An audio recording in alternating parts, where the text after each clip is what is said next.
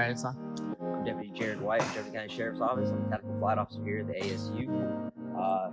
My primary goal, my mission is I'm the deputy in the air. I communicate with the ground units, provide them intel with what I see with the camera. This is our MX-10 we operate. It's the eye in the sky. It has laser illuminator, EO camera, IR camera, laser rangefinder. That's what we use. This gives our display inside. We have a heads-up display. Monitor displays what the camera's seeing. Controlling this controller right here. Also, we have a night sun. Don't use it too often.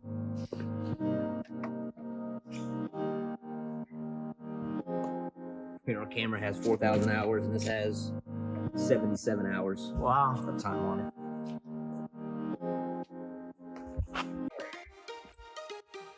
Go back inside here.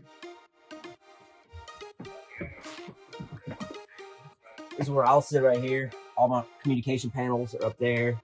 Our Technosonic, as well as our law enforcement radio that we operate with. It's everything that I operate with on my side. Everything else is, as far as aviation goes, altimeter.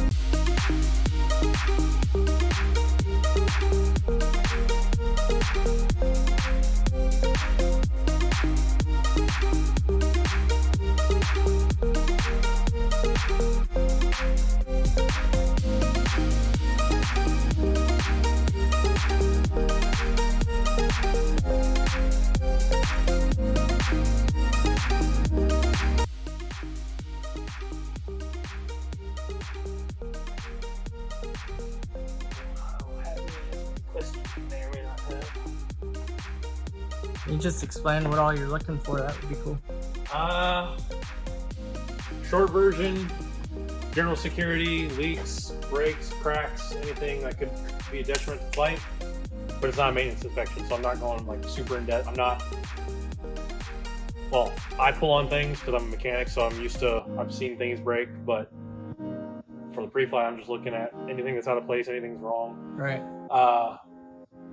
There's a checklist, which I will, once I get done with my pre-flight, I'll go pull it out and I'll make sure I didn't miss anything, because especially how everyone misses some role here. Right.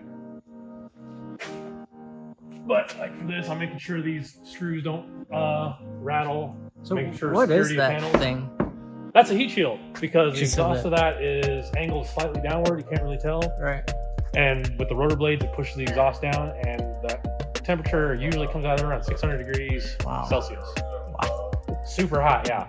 So if that heat shield wasn't there, then we'd have to like pick up and go to flight right away. That allows us to hover and gives us a whole bunch of cool limitations. The newer one, the heat shield actually comes in back here, so you can have a lot longer flight time. But that's the newer model. This is a 2006. I think that started on the 2012 model. This is one piece. If you can believe it, it's held in by 2 bolts here with a cotter pin. But if you look up and through, you can see all the way through the tail to the other side. You can see daylight. I usually look for daylight. It tells me it didn't shift, it didn't move. You can see there's play too. So if these bolts were to crack or break out and this were to shift down, it wouldn't be the end of the world. This thing would stay on here and do what it's supposed to do. So one of the 9,000 checks and balances that Airbus has done to make this helicopter super safe. So what is this curved piece right here? That's our tail rotor guard. Oh, okay. The idea being that if we were to, say, do a quick stop along the ground and drag the tail through the trees, the idea is that this would hit the tree, push it out of the way, and save this. Okay. No, I haven't put it to the test. I don't want to put it to the test. Same thing with this. This is a. It has a very technical name. We call it the Stinger. Same thing. So if we're hovering on the ground and I say something happens and someone yanks back on the cycle really hard, rather than drive the tail rotor into the ground and destroy it and cause problems, it hits this, and this is like a giant spring and pushes the tail back up. And that's kind of your, hey idiot, the ground's right there. Yeah.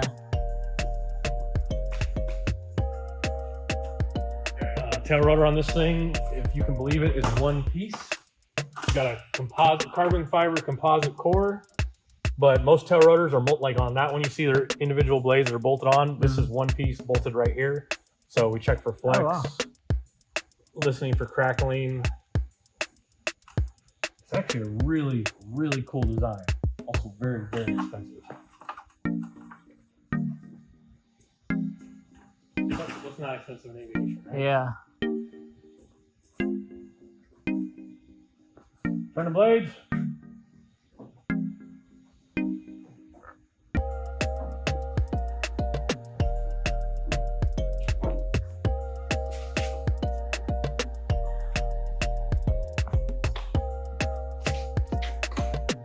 Our Night Sun, I forget it, puts out something like 1.6 million candle power or something. Jared knows the numbers on that one. Wow.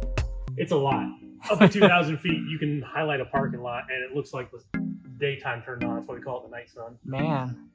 Oh, it's super cool. I love using it. It's like the one thing I get to do as a pilot. Normally, a pilot, I'm the bus driver. I go where I'm told. Right. But when we turn that thing on, I get to drive something.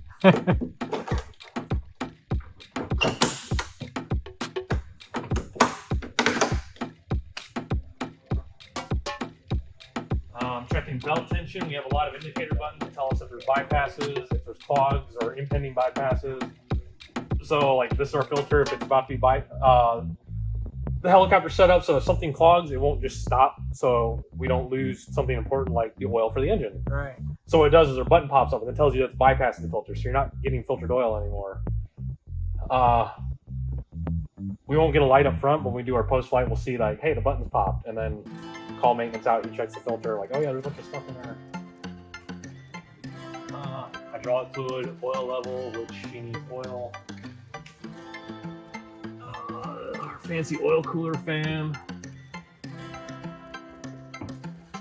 Alright, I can come back for that. And then, if you can believe it, this is the heavy side of the helicopter. Because we have our air conditioner. Wow. We have our mission equipment, a condenser, leaks, and our fuel tank actually sits right behind us. So right here, and it goes from here to here, here to about right here. So, wow. Yep, big old 150-gallon plastic fuel tank. How long can you typically stay airborne? With a full bag of gas and 2 people, a little over 3 hours. Wow. Because we might carry passengers and just crew endurance issues, we usually don't fill it all the way to the top unless we have a long mission. All right. So our normal endurance is 2.5 hours, give or take, depending on how we fly it and what the wind. There's winds and environmental factors and the stars have to, like, there's a whole lot of stuff that goes into it. But generally, about 2.5 hours. Yeah.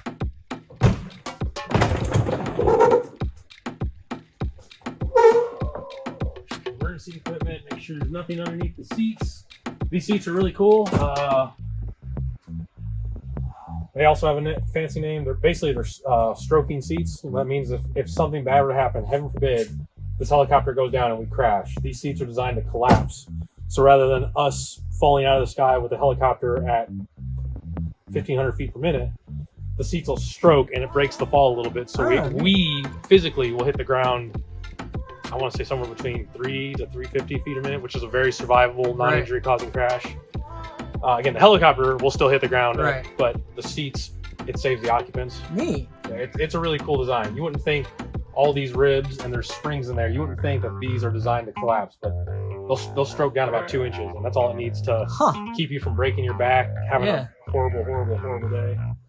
All right, here we do power check. So now I get to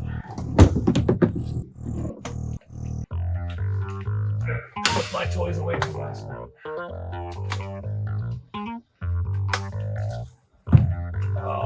night vision goggles. If you've ever flown with one. Once you fly with night vision goggles, you never want to fly without them. Really? Dude, they spoil you. I love my goggles. You can see everything.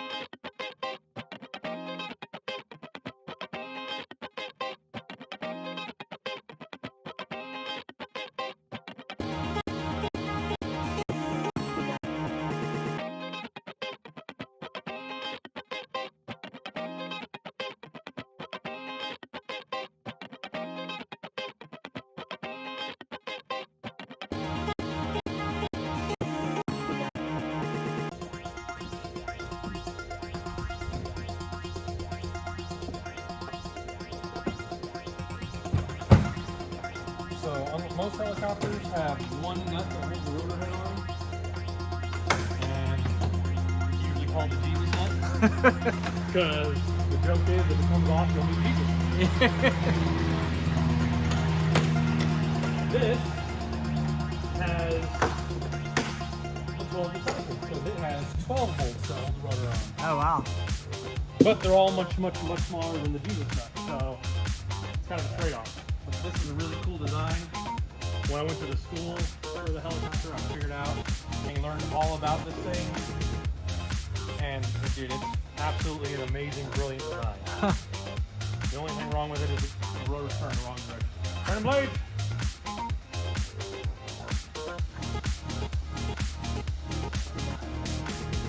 Yeah, crazy to think that this entire helicopter hangs off of these 12 nuts attached to this one mast, attached by 4 rods to a transmission that just kind of floats there. Wow. Yeah, kind of humbling.